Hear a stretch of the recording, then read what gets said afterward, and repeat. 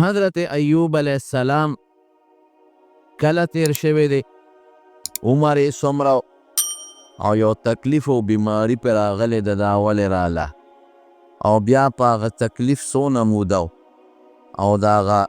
تکلیف د ختمېدو نه پسې څونه عمر او کوم ځای دفن دی. نو اختلاف پکې شته، خو راجح قول دا دی چې دا د ابراهیم علیه السلام نه پس 100 کاله پس پیدا شوی ده او د ابراهیم علیه السلام 15 نوسه و، د هغه 15 پشته پس ډېر عبادت ګزارو او ډېر په پیغمبرانو کې مالدار سړی تیر شوی دی. مور یې د حضرت لوط علیه السلام لور وه، د ابراهیم علیه السلام درواره لور، د لوط علیه السلام لور د مور وه او دومره عبادت گزار په پیغمبرانو کې ټول پیغمبران عبادت گزاري، خو د ډېر زیات عبادت کړی، ډېر عبادت گزار تیر شوی او ډېر زیات مالدار او ډېر زیات سخي سړی تیر شوی. مال یې دومره زیاتو چې علما کرامو لیکلی دي څه ځمکې د غرونو وه په غر کې وه او څه د غر لمن کې وه. اوس چې کوم وخت کې بیت المقدس دی او څه علاقه د فلسطین د اسرائیلو په قبضه کې ده، دغه علاقه کې دی پاتې کېده، ډېره زیاته آباد علاقه وه، اوس هم وایي ډېره آباد علاقه ده. هغه علاقه اوس د اسرائیلو په قبضه کې ده، کوم ځای کې چې حضرت ایوب علیه السلام تیر شوی او کتابونه لیکي دا ټوله د شام ځمکه وه زرخیزه، وی د دمشق نه مشرقي جانب ته 115 کیلومیټر علاقه راځي، 115 کیلومیټره او ډېر سرسبز شاداب غرونه دي او د غرونو درې دي او ټول د زیتون بوټي دي پې، د زیتون او د انګورو اونې دي پکې، باغونه دي غټ غټ اعلی او قیمتي قیمتي فصلونه او قیمتي میوې اوس هم په هغه علاقه کې موجود دي. ځمکې څونه وه علما لیکي وي 1500 قلبې یې وي، 1500 یو قلبه 2 غویان نو 1000 غویان شو او د هرې قلبې یو ځان له مستقل زمیندار مزدور نو اندازه ولګوئ چې 1500 قلبې وي نو ځمکه به یې څونه وي. عبدالماجد دریابادي رحمه الله یو تفسیر لیکلی دی، تفسیر ماجدی، هغه لیکي او 7000 ګډې چیلې وي، 7000 او 3000 اوښان او 6000 7000 ګډې چیلې او 3000 اوښان او 1500 خره او دا نیمه علاقه دا لاندې نشیبي علاقه وه د فصل د زراعت او دا نیمه علاقه د غرونو درې وې او غرونو په هغې خشته خشته باغونو. دې سره نوکرانو، هرې قلبې سره خپل نوکر او د اوښانو د څرولو خپل نوکران او د ګډو ساتلو چیلو ساتلو دپاره خپل شپونکیان او د خرو د ساتلو دپاره خپل نوکران، ډېر زیات مالدار. دومره مالدارو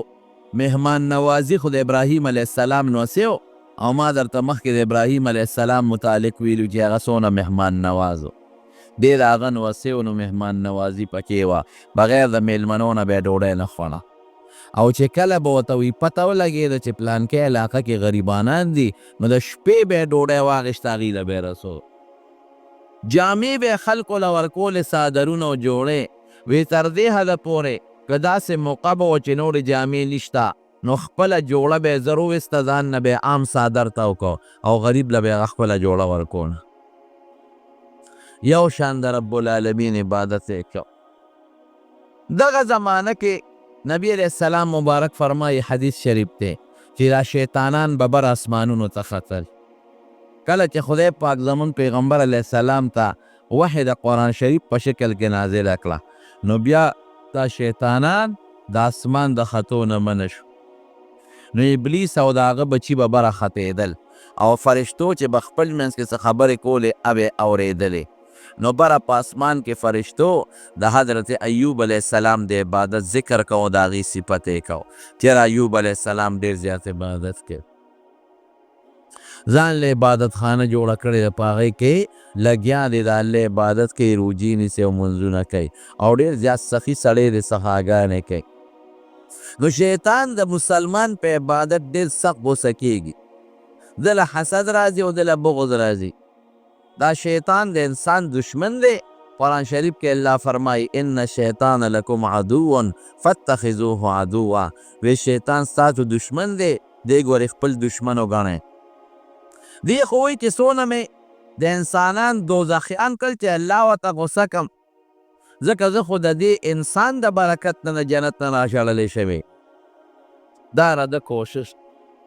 او خدای پاک دله یو طاقت هم ورکړی دی مضبوط طاقت نو ده بره د فرشتو نه د ایوب علیه السلام صفت واورید رونو ګورې فرشتې په دنیا کې چې څومره نیکان خلک دي د هغې صفتونه هم یو بل ته کوي او هغې سره مینه هم کوي حدیث پاک کې راځي وی چې کله بنده الله ته زیات ځان نږدې کي نو الله جبریل علیه السلام ته آواز وکړي چې دا فلانکې سړی دی د زه خوښ یم زما هم خوښ دي جبریله ته هم ورسره محبت شروع کا جبریل علیه السلام د اووم اسمان فرشتو ته اعلان وکړي چې فلانکي بنده سره د الله مینه ده تاسو هم ورسره مینه وکړئ هغې هم ورسره مینه شروع کړي اووم اسمان والا شپږم فرشتو ته د شپږم اسمان والا پنځم اسمان والا څلورم والا دریم د دریم دویم او دویم لومبي اسمان یو بل ته اعلانونه وکړي دا اوو واړو اسمانونو فرشتې دې بنده سره مینه شروع کړي د فرشتو مینه څه ده فرشتې خو تاله غاړه غټې نه راځي چې هرکلی درته وایي او نه تاله میوې راوړي او نه تاله تحفې د هغه ځای نه راوړي د فرشتو مینه دا ده چې د الله په دربار کې تاله دعاګانې کوي او ستا سفارشونه کوي رب العالمین ته حضور پاک فرمایي وی بیا ثم توضع القبول له فی الارض وی بیا دغه فرشتې راشي او د نیکانو خلکو په زړه کې دې سړي سره مینه پیدا کړي د بدانو نه د نیکانو په زړه کې د سره مینه پیدا شي نیکان خلک وي لکه پلانکې ډېر ښه سړی دی د ده نه دعا غوښتل پکار دی د ده نه څه وظیفه غوښتل پکار دي د ده احترام پکار دی د ده قدر پکار دی نو قدرتي طور د شیطان دشمني هغه سړي سره پیدا شي چې د شیطان دشمني پیدا شي نو د شیطان د خپلو ملګرو د فاسقانو ګندو خلکو په زړه کې رده بغض پیدا کړي فرشتې لګیایي د نیکانو خلکو په زړه کې د نیک سړي مینه پیدا کوي او شیطان بالمقابل لګیایي د فاسقانو او فاجرانو په زړه کې د هغه سره حسد پیدا کړي نو دا خراب خلک بیا د نیک سړي غیبت کوي مله دا پلانکېرو دی دا چل نو کړی مله دا چلې کړی دا چلې کړی دا کوي دا کوي دا کوي دا کوي نو ګناهګار او بدان لګیایي د هغه بدور شیطان خپل کار کوي نو فرشتې دا د نیک سړي خبرې هم کوي او هغې سره مینه هم کوي یو حدیث پاک کې راځي وی دا نیک سړی چې ښځه د دې نیک سړي خبره نه مني په دنیا کې او د نیک سړي سره د ده ښځه جګړې کوي وی په جنت کې حورې لګیایي هغه الله خبروي هغه حورې وایي ای ښځې قاتلکک الله خدای دې هلاکه که مردارې دا سړی ولې خفه کې دی خو تا سره د یو څو ورځو میلمه دی ان قریب به تا نه جدا شو موږ له به راځي د دې سړي دپاره جنت کې کوم حورې دی پې خفه کېږي او دې ښځې ته وله خیرې کوي حضور پاک فرمایي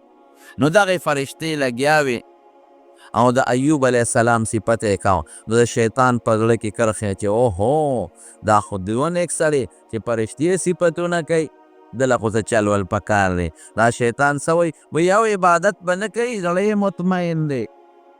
زړه نه روغ دی بچي شته ښځی ده اوه زامن اوه درې لوڼه وې اوه زامن او درې لوڼه او د دنیا جیداد او مال او خان او نوکران نو دې به عبادت نه کوي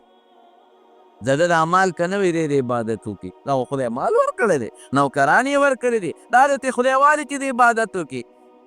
الله سره بیا هلته مقابله شروع کړه رب العالمین دې ابلیس ته وایي مقصد دې څه دی وی الله ته که دا مال دولت اختیار مال راکه چې دا وله زه هلاک کم ډېر سته عبادت و دی خو هر وخت ابلیس الله سره په ډغره دی وی ځه د دې د مال او دولت اختیار مې تاله درک ځه مال ته واله برباد یې کا او د ده د ګډو چیلو د اوښانو او د ځمکو اختیارات مې ټول تاله درکړه چې څه سره کې وکړه زه ګورم چې تېر عبادت زما نه اړی او کې نه اړی ورونو دا شیطان زمونږ د انسانانو د دې نیکانو خصوصا او د مسلمان دشمن ده دا نیکان به د ټول وجلې وې خو الله د دې نیکانو حفاظت کړي د فرشتو په ذریعه ویرسلو علیکم حفظة قرآن شریف کې الله فرمایي د دې آیات دو معنی کوي علما وی هغه فرشتې خدای پاک په تاسو مقرر کړي چې ستاسو د عمل حفاظت کوي عمل د لیکي کرام الکاتبین ته وی مراد او بعض علما وی نه وی هغه فرشتې ته مراد دي چې هغې د دې انسان د مسلمان حفاظت کوي د شیطان نه ساتي شیطان خو لوی دشمن دی دا نیکان خلک بربادۍ وسوسې ورته کوي نو که د ده وس رسېدلی وي دا ټول به یې وجلی دشمن خلک وجني ودرېږه چې دا نیک سړی مړ کړم ورېږه دا عالمان ټول مړه کړم ورېږه دا طالب علمان ټول مړه کړم ودرېږه دا صالحین ټول مړه کړم چې دا د مخ ځمکې نه د الله عبادت ختم شي هلته فرشتې الله مقرر کړي دي هغوی د انسان حفاظت کې ته خو رانږدې شه چې برابر دی شیطان نه پرېږدي بیا خپل وس کوي اوس هم کوشش کوي بعض انسانانو باندې چغې مو باسي او څاروین بربادوي خو فرشتې لګیا دي څه ناسې حفاظت هغوی کوي د حفاظت کوي الله وی ښځه د ایوب علیه السلام د مال او د هغه د دولت او د ځمکو نه ما فرشتې حفاظت پورته که څه دی خوښی کوه دی راغې په ګډه او په خوشحالۍ باندې او خپل بچي ټول لاغون کړل وی نن به یو کمال کوو ما له خدای پاک د ایوب علیه السلام د مال او د دولت او د اوښانو او د ګډو چیلو د خرو د هلاکت اختیار راکړی دی څنګه چل به کوو چې د هر څه وله برباد کو په ده د الله عبادت بند کو یو بچی یې پاسېد وی ما زما داسې طاقت دی چې د یو چغه وباسم چغه نو دا څومره خلک چې دي دا د ده دا نوکران په یو دم به یې دله مړه کړه اور به پې وله بل کړم ختم به یې کړم وی ښځه لړ شه او رده چې څومره اوښان دي سره د اوښانو د هغه سروونکو ساروانان چې ورته وایي د هغې سره ټول ختم کړه او بیا ماته ووایه هغه لاړه د اوښان خو یو ځای کې سرېدل او الله خو ته خپل حفاظت پورته کړی او دله اختیار ورکړه طاقت یې ورکړه یو مضبوطه چغه یې وواله او یو روایت کې راځي چې اور یې پې بل کړه چې څومره اوښانو 3000 اوښان او سره د ټولو د هغې چې ساروانانو سروونکي وه ټول مړه شو نو ابلیس خو لکه د پیري په شان هر شکل بدلولی شي د مشر ساروان په شکل یې که ځان حضرت ایوب علیه السلام لګیا یې د الله عبادت کوي مونځ کوي ورله راغې او ځان او مخ سر ټکولی شروع کړو چغې شروع کړې او فریاد د اوښکې به یوه وي ته خو د الله عبادت کې او راشه وګوره ټول اوښان دې مړه شو او د اوښانو چې څومره ساروانان دي سروونکي هغه هم ټول مړه شو او جکر یې ورته وکتل کولمې ترې راوتې دي او خېټې وینې ترې بهېږي او دا دي دا دي دا دي حضرت ایوب علیه السلام فورا ووی انا لله و انا الیه راجعون کله چې انسان ته تکلیف رسیږي دا به وایي دا قرآن شریف کې رب العالمین فرمایي ولنبلونکم بشیء من الخوف والجوع ونقص من الاموال والثمرات ونقص من الاموال والانفس والثمرات کله په تاسو باندې وي زه مصیبت راولم مال به دله کمو ستا وجود کې به تکلیف راولم بچي به دله وجنه الله قرآن شریف کې فرمایي دا به یوازې زما یو ازمایشي وبشر الصابرین الذین اذا اصابتهم مصیبة هغه خلک چې هغې په دې مصیبت صبر وکړي الله وایي وی زیری وله ورکړه خوشخبري ورکړه وبشر الصابرین الذین اذا اصابتهم مصیبة قالوا انا لله وانا الیه راجعون انا لله وانا الیه راجعون د مصیبت د ختمېدو فطري او نفسیاتي علاج دی په دې مصیبت سړی ولې غمجن شي دی وایي وی دا خو زما مال و رانه بل واغېسته ځکه دې غمجن شي داسې وایي که دا زوی خو زما او دا رانه بل واغېسته دا مال خو زما او بل لانه واغېست دا روغ صحت خو زما بل لانه واغېست نو دې په دې دړمنې کې د ما نه دا مال دې بل ولې واغېست دا بچی رانه ولې واغېست، دا ژوند یې رانه ولې واغېسته. نو چې دی وایي انا لله، دا خو زما نه دا هر څه د الله دي. دا نفسیاتي علاج شو. او دا مال خو زما نو، دا بچی خو زما نو، دا جامه خو زما نه وه، دا ځمکه خو زما نه وه، دا د چا وه؟ نو چې زړه کې دا درد و چې ما نه یې زما شی واخېسته، د هغې نفسیاتي علاج شو. زه خو چې د مور نه پیدا کېدم جامه هم نه وه، بربنډ و. ځان سره خو مې د مور د خېټې نه جایداد هم نه دی رایستی، او د مور د خېټې نه مې دا موټر هم نه دی رایستی، او د مور د خېټې نه مې ځان سره دا بچي هم نه دي رابار کړی، او د مور د خېټې نه خو مې دا کارخانه هم نه رابار کړی. زه خو دقه یک تنها د مور د ګېډې نه راوتی یم. دا هر څه خو د الله دي. الله واغېستل. دا چغې ولې وه او دا فریاد ولې و. دویم په دې مصیبت خلک ولې خفه کېږي؟ یاره وایي دا شی زما نه لاړ بیا خو واړو میلو نه شي. دا زوی لا ملاقات اوس کوم ځای ورسره کېږي. دا مال لاړ دا خو واړو میلو راته نه شي. دا امرایي رانه لاړ دا خو واړو میلو نه شي. نو چې کوم شی تا سري او تا نه لاړ شي او ته وایې چې بیا راته نه میلاویږي، نو فطري طور د انسان په زړه کې هغه غوسه غم پیدا شي. نو دې پسې دویم ټکی څه دی؟ وانا الیه راجعون. موږ ټول به الله ته واپس کېږو، دې ملاقات به کېږي. که دا زوی مې مړ شو ملاقات به کېږي. که دا مال رانه لاړ او صدقه مې که، نو د قیامت پر ورځ به په ښکلي شکل کې ردې ما سره ملاقات کېږي. که دا روغ صحت رانه لاړ او بیماري را باندې راله، نو د قیامت پر ورځ به ما سره د دې د یو ښکلي شکل د ثواب په شکل کې ملاقات کېږي. نو په دې مصیبت او په غم کې دا دوه سوچونه راشي چې ما نه شی لاړ، دا به میلاویږي او که نه، او دا خو زما و. الله وایي انا لله، دا ستانه دي موږ ټول د الله یو، و انا الیه راجعون. د قیامت په میدان کې به دا ټول سره میلاویږي. نو دې سره فطري طور نفسیاتي طور د انسان په زړه کې اطمینان پیدا شي. بیا الله څه وایي؟ صبر کوونکو ته الله اجر ورکوي. اولئک علیهم صلوات من ربهم ورحمه اولئک هم المهتدون. یو لوی عالم لیکي په بخاري شریف کې شته، وایي سړی چې چاله یو بار ورکوي، نو که ستا د خیالي نو یو خوا د اوښ نه یا د خر او د اس نه یو خوا ته انډي وي او بل خوا انډي وي. چې د یو خوا بل خو هغې ته انډي وایي،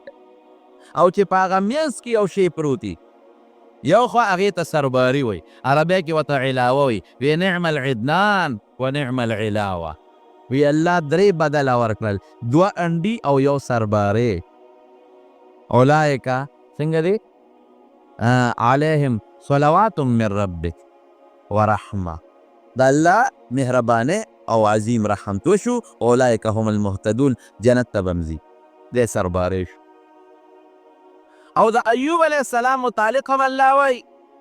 نعم العبد، ډېر ښه بنده و، انا وجدناه صابرا، دې موږ صابر موندلی و. د یو پیغمبر متعلق قرآن شریف کې دا نشته، صرف د ده متعلق راغلی چې انا وجدناه صابرا. الله وایي صابر هم موندی. صبر بهترین شی. قرآن شریف کې الله وایي انما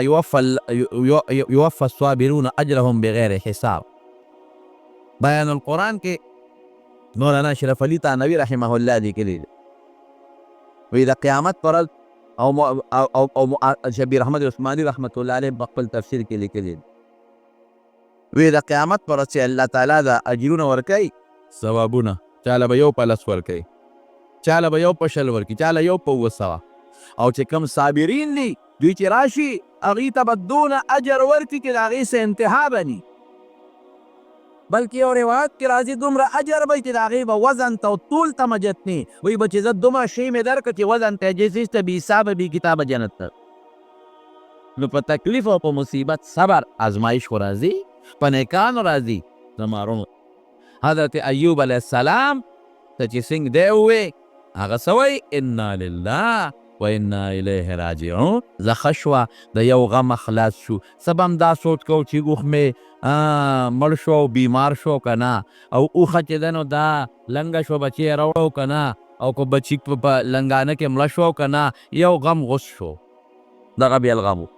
اوزګار شوم د الله تعالی عبادت ته څه ناڅه اوزګار شوم. شیطان چې خوا شو په سر یې خورې و، خو ما خو یې دی به خفه شي، هغه خو لا ته خوشحاله شو چې غمه خلاص شو.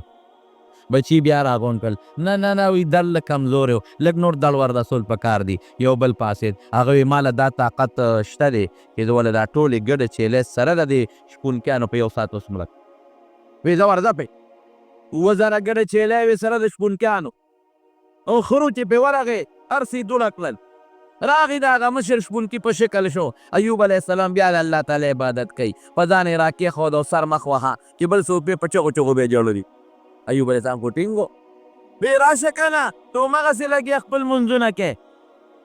او الله خو دغسې درپسې نښتی دی. مونږ خلک به څونه فریادونه کوو، کوټې غوندې تکلیف به څونه فریادونه کوو، الله نه بیا ګیلې کوو او بیا الله له پیغورونه ورکوو. زه له لمونځ کوم او ته ما سره دا چل کوې، ته څه پوهېږې؟ ته نه پوهېږې، الله پوهېږي. دا زمیندار چې لګیا دی او د دې بوټي خاښکراشي کوي، خاښکراشي، نو سړی وایي دا بوټی خراب دی، ګوره د بوټو نه یې غاړې ماړې ووهلې، لنډې بونډې یې کړې. لیکن زمیندار دا کار د بوټي د فایدې لپاره کوي که نه؟ ډاکټر چې تا له اپریشن کوي ته خو ته چغې مه وایې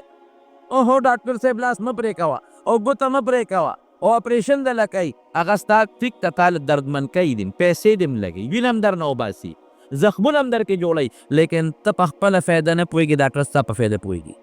لیکن ستا فایده ستا خیر دی که دا ګوته پرې نه کړم دا کینسر لاس ته ځي، لاس ته نه بیا پرې کېږي. ولې که دا ګوته پرې کول دله ښه دی. نو الله تعالی که دا بعضې تکلیف انسان له راولي او دا بعضې غم راولي، بعضې مصیبت راولي په وجود کې، په بچو کې، په مال او په دولت کې، دقه یې مثال دی لکه ډاکټر چې ستا د څښاک ګوتې علاج کوي، تا له اپریشن کې ته خو د چغې به وایې، هلته کې پخوا چې به دا غاښونه وله ایستله، دا خلکو به غاښونه ایستل، اوس خو به ډاکټران وباسي که نه. پخوا چې به یې غاښ ایسته د ما مخکې دی یو بابا نه ایسته، هغه انبور یې ورته عالم کړ، داسې چغې یې ورته والې چې دا خپې به یې کله ترپولې او کله به په ځمکه ورته کېناستېده او کله به ورته اوچتېده، یو لوی غم یې جوړ کړی او هغه کاکا ورته انبور علم کړی په زور یې تېسته. اوس هغه خو چغې وایي او فنزل هم کوي چې بابا او زما نه خو دې غاښ وویسته، لیکن هلته کې بابا وایي چې وروره دا غاښ دې ټوله شپه چغې ویې لږ درد به تېر شي، غم نه به خلاص شي. دقه مثال دی زما ورو. نو حضرت ایوب علیه السلام له هر څه برباد بیا راغی، په ځان یې مخ سر راکېښودل چې راشه هلته د څه چل درله کوي. وی بیا وایي انا لله، دغه زمان الله ګړې چیلی د چا؟ د الله، هر څه د الله د بد کیسه. او دا ټول به موږ الله ته پیش کېږو، زه به هم پیش کېږم، زما د دې عمل چې دا کم عمل ما سره کم کېږي او دا کم تکلیف ملاویږي د دې ثواب به هم پیش کېږي، هېڅ پروا نه. د دې ګډو چیلو نه به د دې ثواب د قیامت پر ورځ الله ماله ډېر بهترین راکړي. او دا خو زما نو د الله چې په دې هم کارونه شو بیا بچي راغونډ کړل، وایي وره دغه شته که نه، ځمکې شته، جایدادونه شته او دا ځمکې به ور سبا نوره مدنه مه کړي. یو کس پاڅېد وایي چې زما یو طاقت شته، یو شیطان دی، ما له زدور او سیلی راوستی شي، دا ټول فصل به موله وسوځومه او دا ټولې ځمکې به ور داسې کړم چې ګډ ګنډېر به یې کړم. وایي زه ورده پې راغې فصل باندې، اوس الله خو خپل حفاظت چې پورته کړي، بیا خو دا ګور جناب دا مونږ چې محفوظ یو، دا چا په حفاظت محفوظ یو؟ د الله. دا سوال کوه چې خدای ته ما د خپل حفاظت په قلا کې اوسه، دا سوال هر وخت کوه او الله زما نه د خپل حفاظت امان مه پورته کوه، چې الله له نه د خپل حفاظت امان پورته کوه نو ته خو په مصیبتونو کې ګیرې. ګیر چاپېره سیلابونه دي، دریابونه دي، خړې اوبه دي درنه ګیر چاپېره، غني ازغي درنه ګیر چاپېره، دا خو ته الله ساتي. صاحبه ذل طوفان پرې راغی، فتونه یې مسودېدل او داسې طوفان راغی چې هغه چې کمې ځمکې وې هغې وله ټول خاورې او سیلابونه رالل، لکه څنګه چې دا مخکې سیلاب راغی دا ځمکې برباد کړې. اوس د بولډیزرې دي خلک او هغې زما بولډیزرې خو نشته، ټول پټي هم برباد شو، پکې پول هم جوړ شوې، پکې شګې هم رالې، پکې سې اوم شلېدلې، ځمکې هم بربادې شوې او چې کوم درې وې او باغونه ورسې لاړل دوړه شو. راغی بیا ایوب علیه السلام ده چې ورته راغې څنګه وی ته خو دغسې کوې عبادت، اوښان دې هم لاړل، اسونه هم لاړل، غوان کلبې هم لاړې، ګډې چیلې هم لاړې ختمې شوې، خره هم لاړل ختم شو او هغه پسونه دې هم لاړل برباد شو. د مشر ناظر زمیندار په شکل کې راغی، بس زه یو بچ شوم او باقي چې څومره پټي ورسه لاړل دوړه شو. دی بیا وایي انا لله و انا الیه ده، بس ښه شو غم خلاص دي. الله و الله واغېسته، د دې بدل به مال الله د قیامت په ورځ په یو ښه شکل کې راکړي. د بیا خپل میټینګ وکړه، خپل بچي راغونډ کړل، دا سړی خو د عبادت ته نه منې کېږي، یو ما خو خدای سره اوس مقابله جوړو کړې ده، لاړل لاله څه چل دې وکړه، یو مونده دې ختم کړه، یو سجده دې پې بنده کړه. الله وایي بچي شته، ښځی شته، دغه نه مطمئن دی چې د بچي مې شته، بیا به نور مال پیدا کړو. زه وایي دغه اختیار مې در درو چې راغې بیا خپل بچي راغونډ کړل. وایي څه چل به کوو، فرشتې دي که نه بچي ورته وایي، د هغې ما الله نه اجازت اخیستې دی ورځی پې. وایي بدیا چې اجازت دی خو دا کوټې به ونه وړه که ورته به پرې راوغورځو. لګیا دی ایوب علیه السلام بچیم دی او ښځه هم دا و څه نوکران هم ورسره دي په کوټو کې شیطانان دا زلزله غوندې پرې راوسته دا اونې دا دغې ستنې منې وړپولو چتونه یې پرې راوغورځول ټول بچي مړه شو 7 زامن او 3 لوڼه مړه شو دې پکې خپل هم زخمي شو بیبي هم زخمي شوه دې هم زخمي شو بیبي هم زخمي شوه راغی بیا الله ته مخامخ ودرېد شیطان والا بیا راغی شیطان ورته وایي څنګه دقسې ښې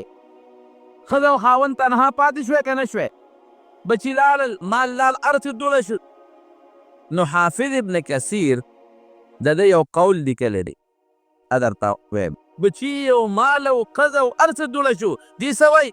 پکار چې فریاد یې کړی مخ یې والی وي لږ یې یو کوټې شکوه کړې وی بعضې خلک کوي داسې دی که پیغمبر سره دا مناسب نه دي څه وایي احمدک رب الارباب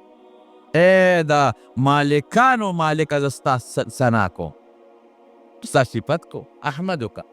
احمدک رب الارباب ای د مالکانو مالکه ای د بادشاهانو بادشاه ستا صفت کوم کوم ذات یې ته الذي احسنت الیه تا را سره ښېګړه کړې وه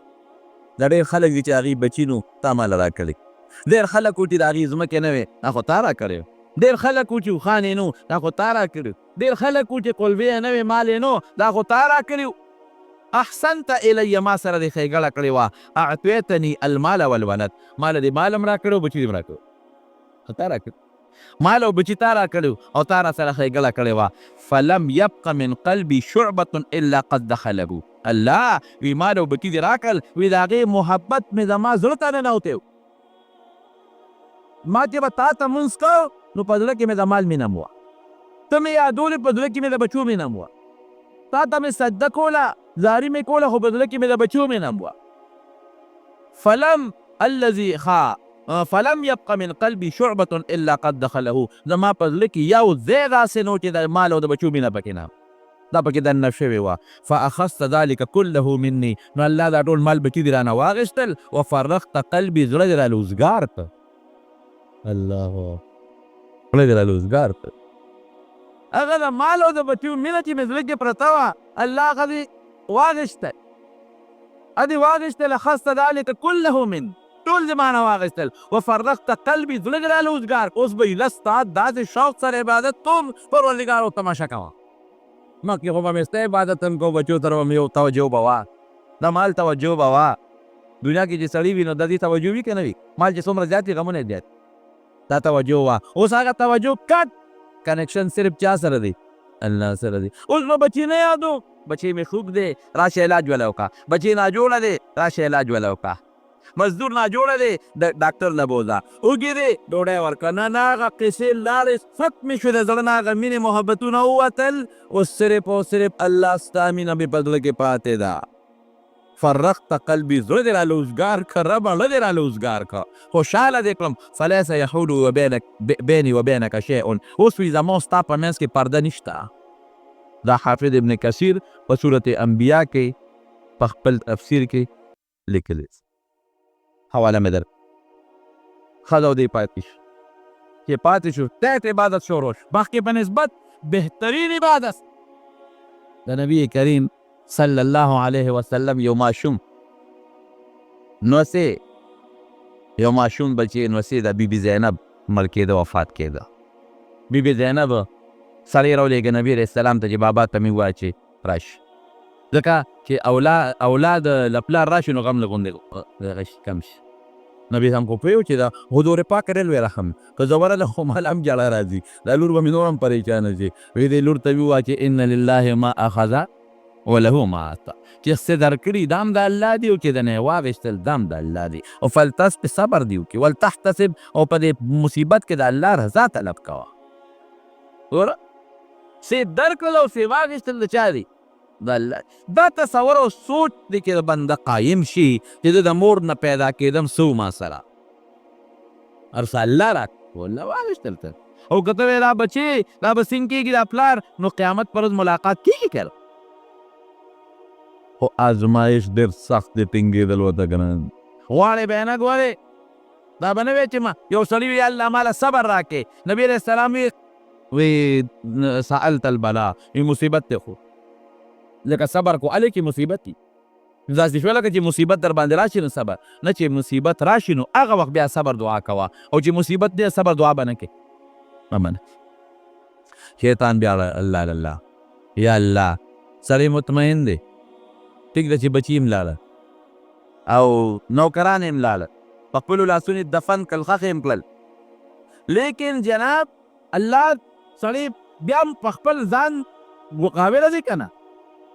که د صحت یې خراب شو د رسته عبادت وکړي. زه وایي سن اختیار مې هغې کې هم ده. بعضې مفسرین لیکي چې دی راغی او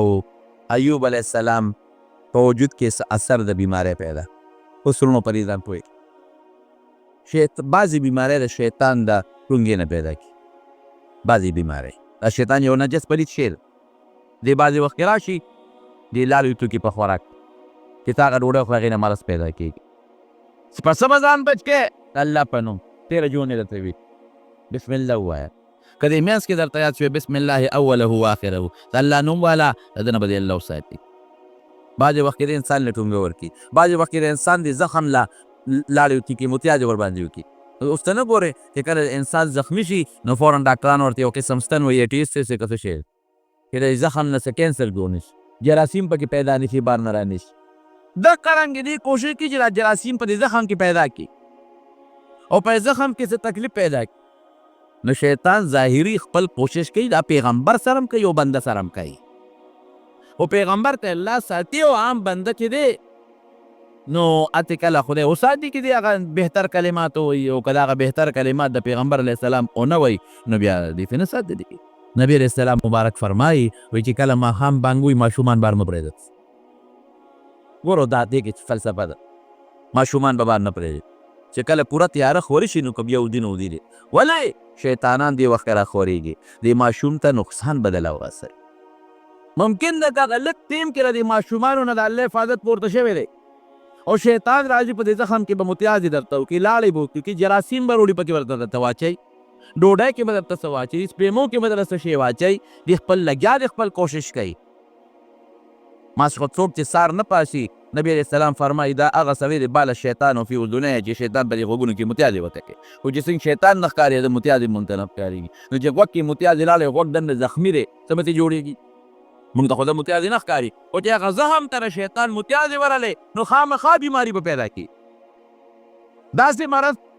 زیړی بیماری، کینسر بیماری، بله بیماری، بله خطرناکه بیماری، دا ډېر د شیطان د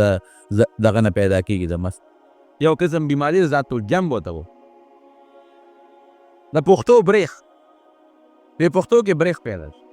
زموږ د زنانه ورسره څه چل کوي، دا ګیس ژر راوالي، معده چوک پرې واچوي مثلا، اوله په دې سینه باندې وتړي، په دې پښتو وله وتړي، هغې سره لږ په قلار شي، ذات الجنب. عربو به دې دپاره زیړ لرګې استعمالو، زیړ لرګې او مامیخ پخوا به دا په دوکانونو کې میلاوېدل، بهترین شی دی، خو زموږ خلک اوس هغې ته توجه نه ورکوي. یوناني دارو ته زموږ خلک توجه کمه ورکوي، حالانکې هغې کې ډېر لوی اثرات دي. نو هغې به زیړ لرګې راواخېسته او زیتون په تیلو کې به یې سور کړه او مریض ته به یې په خولې کې وراړه. نبی کریم صلی الله علیه وسلم فرمایي دا ذات الجنب بیماری چې دا کومه بریخونه دي وایي دا د شیطان د ټونګې د وجې نه پیلوي. ډېرې بیمارۍ د شیطان د ټونګې د وجې نه پیلوي. انسان چې کله پیدا کېږي حضور پاک فرمایي نو شیطان په دې تشي کې یو ټونګه ورکوي، هر چاله یې ورکوي. صرف دومره کار دی چې د پیغمبرانو الله د هغه د هغه اثر نه محفوظ ساتي او نورو خلکو کې هغه اثر وردننی. ټونګه ورکوي، هر چاله یې ورکوي. ټونګه سره ورکوي ټول اثر وردننه کړي، ټونګه دې له ورکوي چې بیماري پکې پیدا کړي. نو دا څه د پیغمبرۍ سره منافي خبره نه. راغی ایوب علیه السلام غریب بیمار، دلته اوس بعضې خلکو څه غلطې قصې پکې وردننه کړي، دوی په وجود کې چینجي وشو، دا دروغ ده، چینجي پکې وشي. او بعضې و چینجي به یې را چې پرېوته بیا یې راغېسته اوس به یې په زخم کې ځان لاچو، دا دروغ دي ټول. نو د پیغمبر په وجود کې چینجي دی او بیا چینجي به رالې واپس په وجود کې باچې او څو پوه چې وینه چې بیا دی، نه دا غلطه خبره ده. بیمار شو، بس تکلیف شو، وجود یې ورو ټپېده، کمېده، داسې بیماري پرې راله. ممکن د دانې پې راختلي لکه پخوا چې په خلکو د عقینانه کې برات دی چیچک دا دانې به راختلي بیماري به راغلي خو دې حد ته بیماري ورسېدله چې دی د ګرځېدو نه ووته د کار قصب نه وه کار یې نشو کولی مزدوري نشوه کولی قصب یې نشو کولی د ګرځېدو نه ووته یو جونګله کې په خپلو کټو کې دال یو جونګله جوړه کړې وه په هغه جونګله کې دی یو بیبي یې دیرو د بیبي نوم یې رحمت یا د بیبي نوم په دونه پورې راغلي ثابت دي تفسیر مظهري هم لیکلي دي او روح الماني هم لیکلي او نورو مفسرین هم لیکلي او دا پکې نشته چې وجود نه وینې بیا دی او خلکو ته کرکې کولې نفرتونه کول او یا چنګي پکې شوي او چنګي بیا راغېستل او په وجود کې بیا اچول دا د پیغمبر د بیادبي ده د پیغمبر د شان سره مناسب خبره نه پیغمبر کې چنګي نه کي او نه پیغمبر خدای پاک داسې کوي چې خلک دې ته نفرتونه شروع کړي ټیک ده د دشمنانو بغض وسري حسد وسري بعضې خلکو به خبرې کولې چې وګوره څه غلطي دې شوې ده که نه خدای رانیولې ما خو درته وختي ووې چې د نیکانو خلکو متعلق ګناهګار او بدان خلک چې شیطان په زړه کې وسوسه اچوي نو بعضې خلکو به هم دا خبرې کولې چې غلطي دې شوې ده که نه بعضې خلکو به نفرتونه هم کول لیکن داسې چې چینجي پکې وشو دا دروغ دي ښه یا وینې به زوی ورته بهېدلې دا دروغ دي بهر کیف یو جونګله کې ډېره بیبي ورسره ده بیبي یې لګیا ده او خدمت محنت ولا کوي مزدوري کوي او د لم راوړي او په خپله هم خوري جناب څونه عمري بیماري وکړله دا یو کال و چې دا بیماري پرې راغله او یو کال عمر او روح الماني کې د نبي علیه السلام خاص شاګرد حضرت انس رضی الله عنه حضرت روح الماني کې دا حدیث شته حضرت انس فرمایي چې 18 کال دا بیماري تېره کړی او په دې 18 سال کې الله ته د جوړوالي درخواست هم نه دی بیبي به ورته وي یو ځل وی الله ته سوال وکړه چې الله تعالی دې جوړ کړي او ورته څه وایي وی ما څو کاله روغ صحت تېر کړی دی وی اویا کاله نو وی اویا کاله بیماري چې را باندې تېره شي نو الله پکار دی چې الله ته سوال وکړم روغ صحت اویا کاله او بیماري 18 کاله وی زه شرمېږم الله ته نشم ویل مالا یاره اویا کاله چې مزې کولې او بچي دې مو او مال دې مو ځمکې دې مو جهیلات دې مو هېڅ هم نه او چې 18 کاله لا اویو ته خو نیمې ته هم نه رسېدلې بیماري راله نو اوس فریادونه کې لیکن علماو لیکلي دي دا حافظ ابن کثیر هم نور علماو هم لیکلي دي چې سترګې او ژبې محفوظ وو غوږونه ژبه سترګې باقاعده محفوظ په سترګو هم بعضې بیماري خو په سترګو راشي سترګې ردې شي بعضې په غوږونو راشي غوږونه کاڼه شي بعضې په ژبه راشي ژبه خرابه شي نه ژبه هم ښکلی خپل کار کوي چې د الله ذکر پې کوي عبادت پې کوي غوږونه خپل کار کوي خبرې پې اوري او سترګې هم برابر خپل کار کوي بس غوښه لاړه ختمه شو ډانچه د هډوکو پاتې شوه کمزوری شو دومره کمزوری کې اوس د ګرځېدو د ناستې طاقت هم نشته دغه بیماري و بیبي یې یو ځل شیطان وایي چې راشه په کومه طریقه دې ګډوډ کړو شیطان د یو حکیم په شکل ده یو بوډا حکیم په شکل چې راغی څنګه ده پخوا به زموږ په دې وطن کې هم د حکیمان ګرځېدل بوډي به ورسره یو ځای کې کېناسته دا بیبي چې په کومه لاره تله دا بیبي یې ورله ته حکیم یې او یاره زما خاوند دا جونګړه کې پروت دی د هغې علاج وکړه ډېر سخت بیمار وی ښه زه به ورله علاج وکړم خو زما یو شرط دی دا څنګه دي پیسې به هم دننه بلکل به ټیک ټاک شي جوړ به شم دا پوڼې والا دا والا ورکړه خو دا دي چې ته به دا وې چې دې حکیم جوړ کړه دا به وې چې دا د حکیم جوړ کړه ولې چې زما شهرت راشي شیطان خو پوره خبیث دی په الف لام چې زما شهرت راشي او سبا نور خلک هم ماله راځي دا به پیسې دننه علم ته غریب او تا سره هېڅ هم نشته مزدور کار یې ځان دا غریبه کار مزدوري به کول او خاوند هم بې څوکه دی دله مفت علاج کړم په دا به چې د حکیم جوړ کړو ګورې جوړونکی څوک دی الله ډاکټر خو در سره په علاج کوي ډاکټر یې ما جوړ کړی په دروغ وې ډاکټر جوړول نشي کولی دا چې کوم دارو ته خوري دا دارو چا پیدا کړ دا ډاکټر چې کوم دارو درکوي د دې بوټو نه درکوي که نه دا چا پیدا کړی الله او په دې بوټو کې دا اثرات چا پیدا کړي دا خوږ بوټی دا تریخ بوټی دا تریو بوټی دا بوټي چې دی دا ملیریا لرکوي دا تبه لرکوي دا خوله وباسي دا پکې چا اثرات چا پیدا کړي دي ډاکټر خو صرف هغه ته د خاصیات او پته ده چې په دې دارو کې دا خاصیت دی د دې بیمارۍ او په دې دارو کې دا خاصیت دی دا ورته پته ده. دا دارو چې خېټې ته ورشي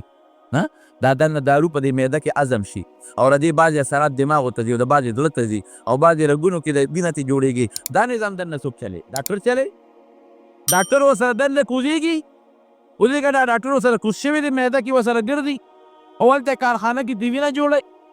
ډاکټر خو صرف خاصیت پیژني چې د دې بوټي دا خاصیت د دې بیمارۍ دا علاج دننه چې دارو ور واچوي دا وینه ترې څوک جوړوي. د دارو د دې نه دا صفرا او دا سودا او دا مختلف چیزونه څوک جوړوي دا بیماری پې څوک لر کوي پیدا کوي. کوم اوبو کې چې ډاکټر دارو جوړوي دا اوبه چا پیدا کړي دي؟ الله پیدا کړي. زمیندار کاکا وایي غنم ما زرغون کړي هی امکله دروغ وایي تا صرف تخم نوستلی دی په ځمکه کې دا زرغونتیا طاقت چا پیدا کړی دی؟ الله. او د دې بوټي نه دا خشته ښکلې وږي چا پیدا کړل؟ الله. که د زمیندار وس وی نو بیا به په یو ټانټه کې 10 وږي پیدا کړ او شل به پیدا کړ. داسې وکړه نو دا خو د الله کار. دا آب و هوا چا پیدا کړی؟ الله. ځمکه کې طاقت چا پیدا کړ؟ الله. او زمیندار بابا په دې لاس کې په دې سترګو کې او په دې دماغ کې دا طاقتونه چا پیدا کړي دي؟ الله پیدا. ته صرف ظاهري او سبب باقي نظام څوک چلی؟ الله چلی. نو هغه خبیث ورته وایي شیطان وی ته به دا وایې چې د جوړ کړم. هغه غریب یې دا ذهن کې واچوله هغه خو مطلب دا و چې دا مشرکه کم لیکن هغې ته خو زړه کې هغې دا واچوله چې د دې دا حکیم په ما ځان مشوری چې راغې خاوند ته کېناست ایوب علیه السلام دوی داسې یو حکیم دی لار کې او ما ته خو مختار وي دا پوڼې راله راکړي دا وله ورکه جوړ به شي خو دا چل دی چې دا ټکې به وی چې دا دې دغه جوړ کړو حکیم جوړ چې شهرت ته هغه راشي ښځې دا څوک حرامي دی دا څوک شیطان دی رزیل دی ښه او دا خو تا داسې خبره دې وکړه زما په مخ کې قسم دې که زه جوړ شم 100 چامکینه به دې وه 100 غداره پوهېدم دی دا خو لا زه جم دی یم ویرېده په دا ښځې له زورنه ورکړه چې بیا دې کیم له ور نه شي هسې نه چې زه مړ شم دا ښځه راله په بل طرف بونهدي ښځه راله ګمراهه نه کي قسم یې ورته یاره سړي تا دې خدای جوړ کړي 100 نه 1000 ګزاره مې ووه تا دې خدای جوړ کړي ورې دې کې دا سبق هم دی چې ښځه د خاوند خدمت کول څونه په اخلاص خدمت یې ور د خاوند غصه برداشت کول دا نه چې دی جوړ دی او ټن دی او ماله راوړي نو زه به د دې خدمت کوم او چې دی پرېوته نو بس خیر و خلاص چې جوړ و دله هر څه راوړل نو دا مې خاوند دی او دا به سر تاج دی تاج ښځې وایي که نه او چې خاوند پرېوځي لږ غوندې بیا وایي مړه لرې کوي خدای دې پرې رحم وکړي دوا ورته وکړه چې ښځه خدای دې دا خاوند ورته ووایه چې خدای خاتمه ښه کړي خدای پرې رحم وکړي چې خاتمه یې ښه شي خاتمه ښه یا خرابه خو مطلب یې دا چې دته خلاص اچه ټوله شپه راته ټوخېږي او کوټه په مخه رشتې ده او غریب او چې پرېوځي نو څونه ده ښځې ورته بیا خبرې څونه کوي ما راته وایي که نه چې یخې اوبه مسکه که نه ټوله کور ټوخېږه همدقسې ښې ښه چې دا تا پوښتی دې راولي خدای دې مردار بدې ردې مور ته وایي دا ښځې دي دا ګناهګاره ښځه ده د خدای نه لرې سرکشه ښځه ده چې خاوند ته بد راځه چې دې ټیک ورسېدله راوړل خو خوشحاله وې نکري به دې په لاسونو کورې کولو په پردو ودونو کې به ګډېدې واده به د بل او ګډا به پکې تا کوله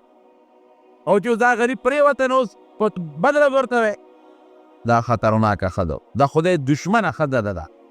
دا پکې موږ له سبق دی د پیغمبرانو واقعاتو کې د عبرت دی او دا موږ له سبق دی چې وګوره ناجوړه شوې 100 چوکې نه 1000 مې وه دا د خدای پاک چې دا بلکل انتها ته ورسېد او ډېر زیات کمزوری شو که نه او نور د سجدې نه وځي اوس په ناست هم الله ته مونځ نشي کولی نو بس الله ته لاسونه پورته کړل وایوب اذ نادى ربه انی مسنی الضر وانت ارحم الراحمین بیا هم دا نه وایي چې الله ما جوړ کا ما ته تکلیف رسېدلی دی او الله ته ډېر زیات رحم کوونکی دا نه چې ما جوړ کا تکلیف رسېدلی دا هم نه وایي چې تا تکلیف را رسولی دی بل ځای کې څه وایي بل ځای کې وایي چې انی مسنی الشیطان بالنصب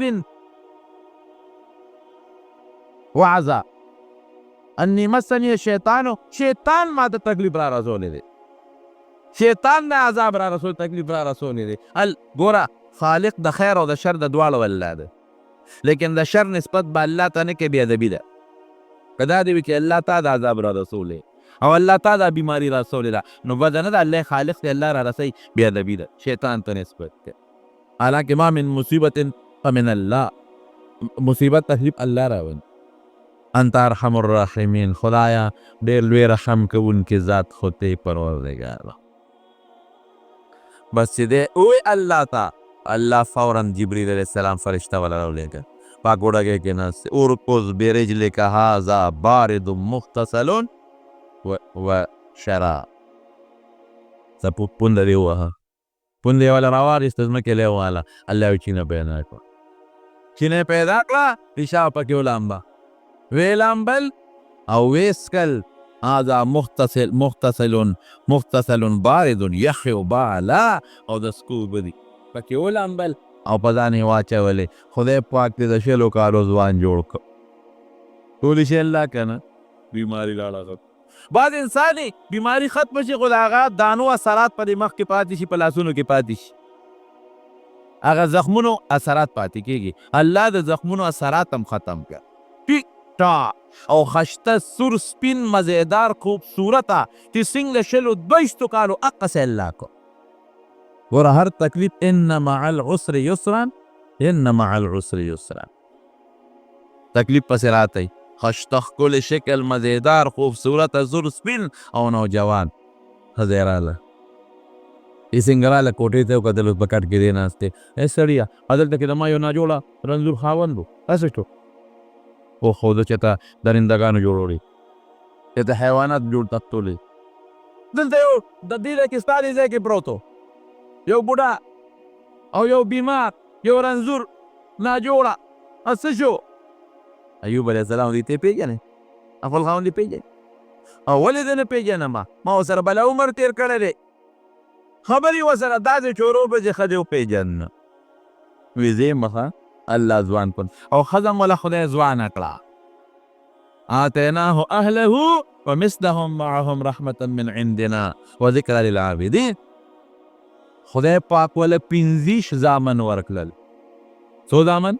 25 زامن خدای پاک ورکړ. مال خدای څونه ورکړ؟ بخاري شریف کې حدیث دی، رسول الله مبارک فرمایي د سرو زرو د بولخانو باران خوپې،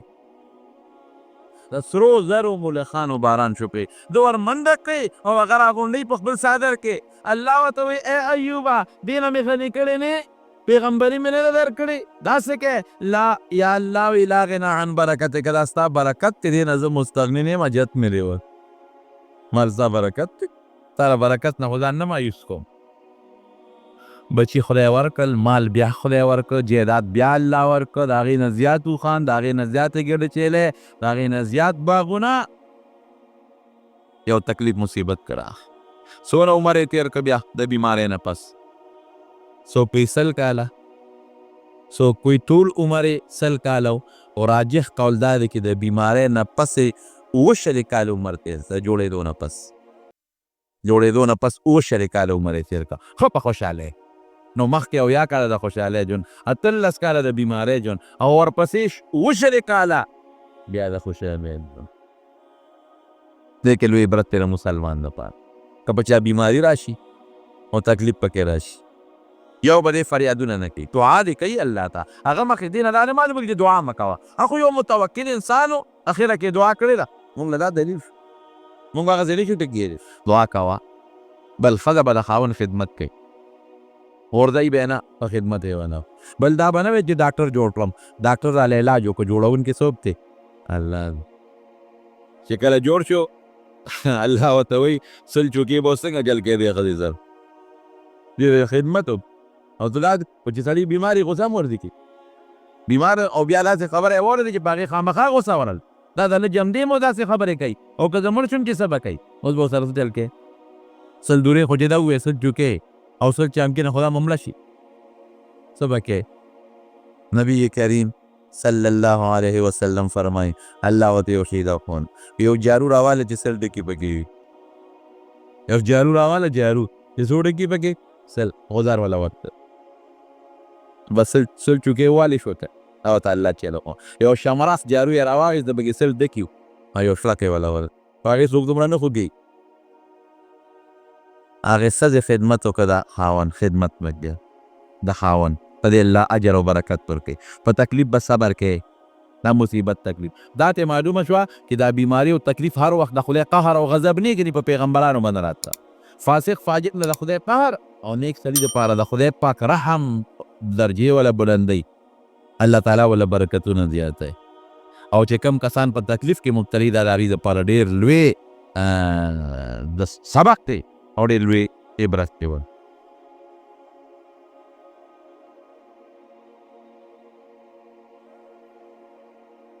بهر کیفو دا دغه دعا مې ورته ویله د هغه مې دغه نه ویله نو بهر سے کیف دا الله تعالی په څلورو صورتونو کې د حضرت ایوب علیه السلام دا واقعه د عبرت لپاره نقل کړې ده او انبیاء کرام ټول د خدای پاک مقرب او نږدې مخلوق تیر شوي او د هغوی واقعات دا زموږ دپاره لوی عبرت دی